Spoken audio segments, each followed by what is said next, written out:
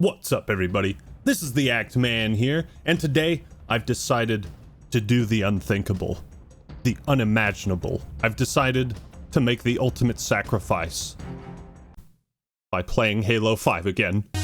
Yes, that's right! Huh? Your fight is with me. The others are of no concern to you. Got it? You big bloated balloon freak! A couple weeks ago, I revisited Halo 5's campaign, and that was about as enjoyable as replacing my loofah with a porcupine. Those of you that bathe may have chuckled at that joke. And since I'm not playing Infinite, I thought, well, why the heck not? It's been a long time, let's take another look, a more objective approach at Halo 5 Guardians. Perhaps I'll see things I didn't appreciate before. Maybe the state of Halo Infinite and that live service will provide some much needed perspective in reappraising this game. Will there be a "perhaps I treated you too harshly" type moment? Or is it more likely that I'll just take another fat dump on this game again? So my question is this: was Halo 5's multiplayer underrated? And was I wrong about it? Well, let's buy some rec packs, put on our Seeker helmet, and jump straight into this. This video is sponsored by your boy Raycon. That's right, the best-in-class premium everyday earbuds are back in town, and at half the price of other top brands. So if you're looking for an amazing set of earbuds with top-notch quality at an affordable price, then this is your best option, partner. With their customized gel tips, they'll fit in pretty much any ear. And 8 hours of playtime with a 32-hour battery life, you can take these things on a road trip or a freaking marathon and still have enough juice to get you through to the end. I use them pretty much anytime I work out, as they're also sweat and water resistant, and they won't fall out no matter what I do. Raycon's everyday earbuds have over 50,000 5-star reviews, but if you end up being one of those people less than satisfied, they have an easy and free return policy, no sweat. So you've got nothing to lose. Go to buyraycon.com/actman and I'll get you 15% off your entire order. That's buyraycon.com/actman. Link in the description and pinned comment. Thank you, Raycon, for sponsoring this video. And now for something completely different. So I figured we should just tear right into the meat of this video, and then we can make fun of the armor, the user interface, and all that other crap. So I played a few matches in the playlist that I could find matches in, and truth be told, the game's pretty fun. I still feel just as critical as the movement mechanics as I did before, like that hasn't changed. Now it's obvious that one of 343's major focusing points for Guardians was making it competitive and hardcore. All the hardcore gamers are competing for $500 bajillion and you gotta watch it. But Halo has such a wide array of communities that only focusing on one left all the others out to dry. This is what I feel made most people dislike Halo 5, right? If you weren't willing to sweat in Warzone or sweat in the 4v4, you were kind of shit out of luck. Because if you were playing Halo 5, you pretty much had to sweat. So I definitely think Infinite made a pretty good compromise on sprint and getting rid of all those other mechanics. I do think the thruster pack is a great piece of equipment, so it's good that that returned. The Spartan charge, I feel, is completely unnecessary, as is the ground pound.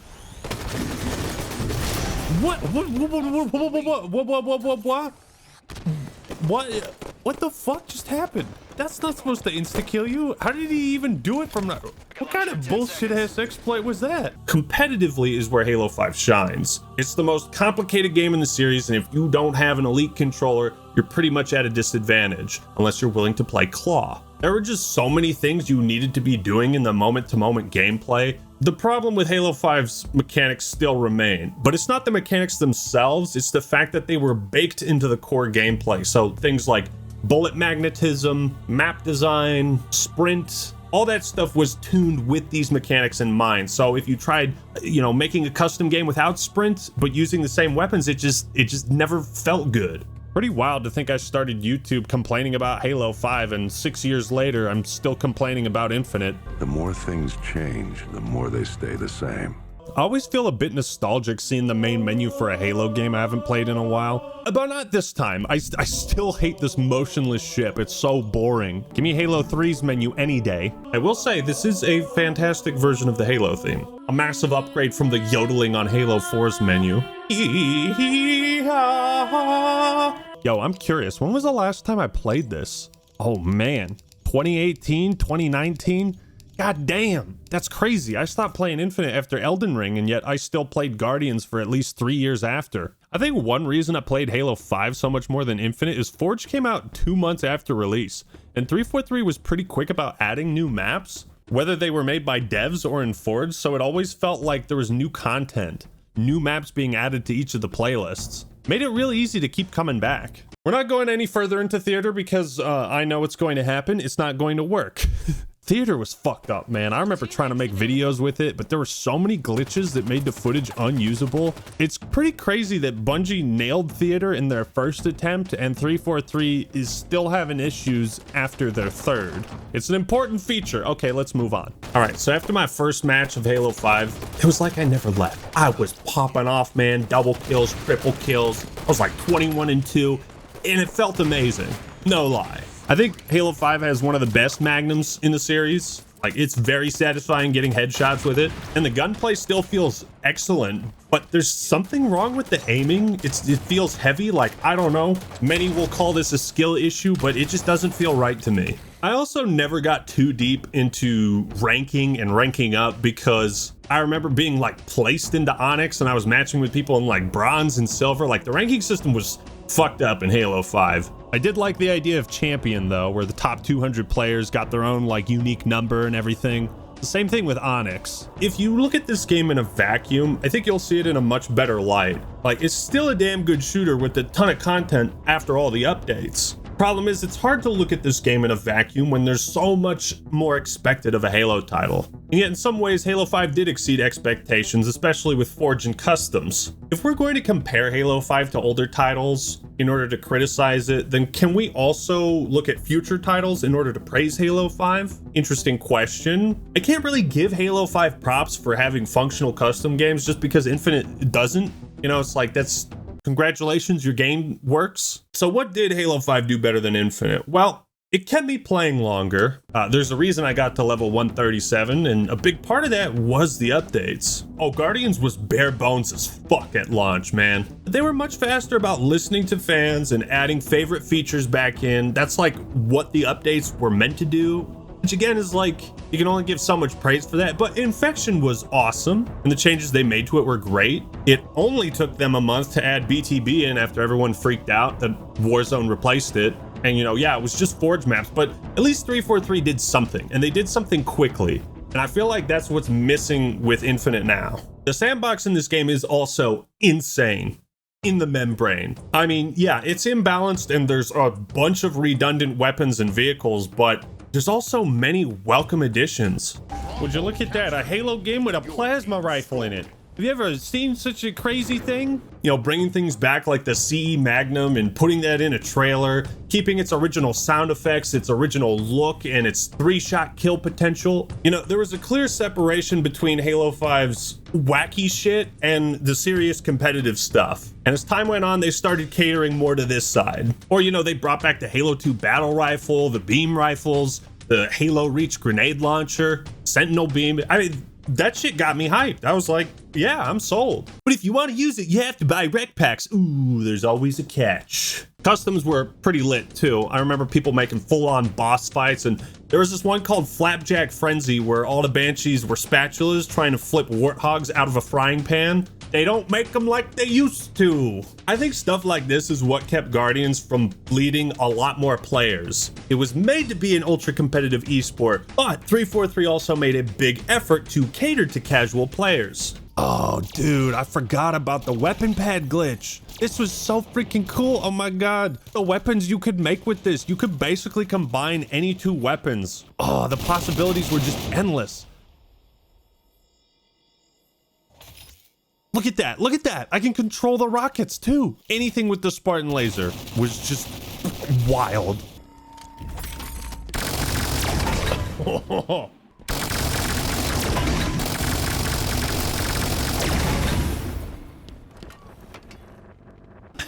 That is still so much fun to just shoot. I also remember someone asking Tom French, you know, the lead designer of Guardians' Forge, if they were going to patch this glitch out, and he was like, no, we're keeping it. So props on that. That was awesome. It's weird that like newer 343 was taking out glitches that were only fun and didn't harm anyone in Infinite, but like they were doing the opposite in Guardians. Just thought I'd point that out. But man, seeing these old menus again, it's like going back to your old playground. Remember service records? I was thinking about this the other day. It's such an underrated feature, especially for games they want you to play for a long time. Like League of Legends and Overwatch 2 still have my stats from, 7 years ago. If you want people to play your game for a long time, give them something to brag about. Also, commendations were nice. Even though this game had loot boxes, at least there were multiple ways to get loot boxes. I never thought I'd be saying that because Infinite's unlock system is just like either pay for it or get it in the battle pass. I remember thinking Halo 5 stats and commendations were a step down from MCC, because in MCC you could see like lifetime medals and there were so many other stats you could look at. In Guardians you couldn't see lifetime medals, and then in Halo Infinite you had like no stat tracking whatsoever. It blew my mind. This was the first game where the UI upset me so much. I couldn't control myself. I had to make an entire video ranting about it. It was so irrational and it upset me so much. I still can't believe you have to sell one wreck at a time. Like this had to have been intentional. I feel like I need closure on why this was a thing. I seriously had 111 regular mongooses at one point, and I could only sell one at a time. And I got to like 70 and I just fucking gave up. Like, it still blows my mind that nobody ever fixed this. Also, the layout for the armors was hilarious. It takes like 45 seconds to scroll all the way to the end. Oh man, I forgot about the gifted rec packs, dude.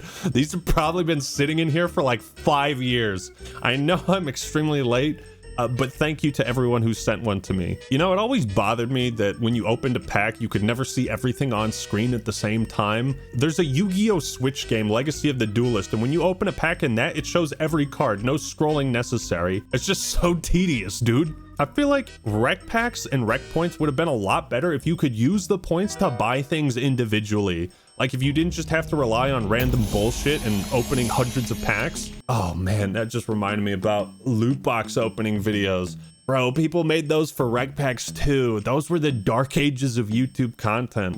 It's pretty insane the amount of cosmetics and armor sets in Guardians, new and old. But I feel like 343 was really trying to go for the T rating, and that's why multiplayer is framed as like this sports training exercise. So the Spartan suits feel more like sports uniforms instead of suits of armor made for war. These guys always like they're just blue armor. I hate it so much. Speaking of sports, Breakout is no longer playable in the game. I'm not sure when that happened, but at release it was one of my favorite modes, and I remember having a blast with it. It's a shame they got rid of it. They really took the phrase quality over quantity seriously. I mean, goddamn. 229 armor sets and 240 helmets? You think that's enough? Something about the colors was really off too. The black undersuits, man. The amount of people that brought up black undersuits was insane. Like, people forget just how many discussions about art style and armor were rampant around the Halo community during this time. And then 343 made a much better art style in Infinite, and everyone stopped bitching about it just like that. Oh, there he is. There he is, the Seeker helmet. The king has returned. Bow before your king. Bow, you shits. And there was that one helmet that looked like Squidward's house. I wonder what's going on in custom browser. Only 25 active lobbies. It's always sad seeing low populations in a game you used to play a whole lot of, but still some dedicated fans in here. I feel like there's so many small but dedicated communities still playing customs for old FPS titles, and most of those are on PC, so it's weird that Halo 5 was never ported to PC. Like when I reviewed Half-Life 1, there were still people playing its multiplayer. Like, why? I was so shocked. I played a few matches of Warzone Firefight, and that's still a lot of fun. I mean, credit where credit is due, 8-player PvE mode with all these sick weapons and vehicles. It was pretty lit. It's the perfect way to like just chill. Firefight should have been a staple, man. They should have had that in Infinite. Again, even though Halo 5 got a lot of crap for launching with next to no content, 343 was really good about adding it back post-launch. So I have a new appreciation for the live service of Guardians after seeing the live service for Infinite. I remember I did a video on the outrageous bugs and glitches on Warzone Firefight. It was kind of a disaster. and I asked people to submit clips, and I did similar videos for Cyberpunk and Battlefield 2042, and all 3 of those videos were a lot of fun to make. Also, the amount of weapons and vehicles at your disposal is just insane. But the thing about it is that because I was a content creator, I got a bunch of people giving me rec packs, so I unlocked a lot of things because of that, not because I grinded for the rec packs myself. I would probably still be grinding to this day to unlock the fucking Phaeton if it weren't for the gifted rec packs. But I also have no idea why 343 would spend so much time creating new modes, features, mechanics, weapons, vehicles, only to completely ditch them in the next iteration. Like, goddamn, Halo Infinite still doesn't have any PvE. Warzone Firefight was pretty glitchy and most enemies ran at like 15 frames per second when they're at a distance, but the teamwork element was a lot of fun, and Halo needs fun like this. Warzone itself is a much different story. This was feast or famine. Monetizing rec packs really did fuck up a lot of aspects of 5, and Warzone was one of them. Certainly didn't help that, you know, they copy and pasted bases in every new map, so they all felt a lot more similar than they should have. And it meant that people could just spend a bunch of money, get the best shit in the game, and it took a long time to unlock things like the Phaeton. Like, the only reason I have any is because people gifted me hundreds of packs. Without that, I never would have maxed out the customization. Although, it's still pretty fun grabbing a bunch of speed boosts, a sword, and going to town. Adding AI into PvP was also a really good concept, even if it was kind of basic, right? AI in multiplayer was kind of a fever dream for Halo fans outside of Firefight. So this was something I thought 343 would definitely continue to expand on in future releases. Apparently, I was wrong. I just remembered this. This is going to be controversial for some people. Spartan companies! Were you a part of one or not? I actually made and shared videos with a Spartan company I was a part of very early on in my YouTube career, like pre-100 subs. I played matches and I had fun with a group of people, and they were like, hey, you want to join our crew? And I was like, yeah, and we had fun for a time. So features that shouldn't have been cut. Spartan companies definitely up there. It was an awesome idea, and I talked about this in my Is There Any Hope for Halo video. A lot of 343's ideas are not bad on their own, but when combined with other ideas they have, then become bad, right? The problem wasn't with Spartan companies. They were a great idea. The problem was that 343 introduced this exclusive badass armor set that everybody wanted and said, okay, now go join a Spartan company and get 100,000 kills. And that just led to people banding together, paying for rec packs, and getting the best shit in the game and just farming lobbies, which was no fun for a lot of people. Spartan companies weren't the problem. It was the reward for being in one. And also the monetized game mode of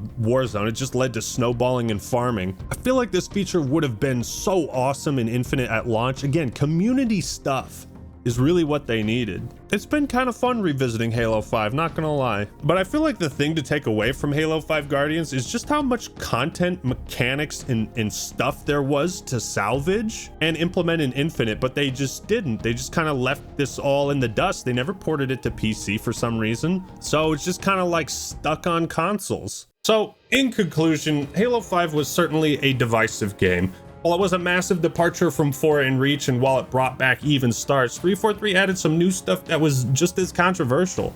So old problems were solved, but new ones were created. When I look back at all the Halo 5 videos I made over time, my attitudes do start to get more positive as new things were added. So was I wrong about Halo 5 and all the bad things I said about it? No. I'm still very much right, I think. But my attitudes are a lot more positive and warm because so many of the problems were just a lack of content. And as that got fixed, I had fewer things to complain about. Despite core complaints with the gameplay and mechanics, Guardians still holds up really well in my opinion. I mean, I enjoy it more than most other advanced movement games, so that's something. I haven't forgotten all the fond memories I have playing customs in Warzone and just fucking around in Forge. I think in the timeline of Halo games, Guardians lasted a lot longer amongst me and my friend group than Infinite did, or Halo 4 for that matter. Thank you all for watching, hope you enjoyed the video. Leave a like if you did, and subscribe to the Act Man for more awesome content. Let me know your thoughts on Halo 5's multiplayer in the comments below. Alright everyone, that's all I got for today. This is the Act Man signing out. Peace! Listen up, Spartans. It's Steve Downs, the voice of Master Chief, Sierra 117. Subscribe to the Act Man for awesome content and finish the fight. Master Chief, out.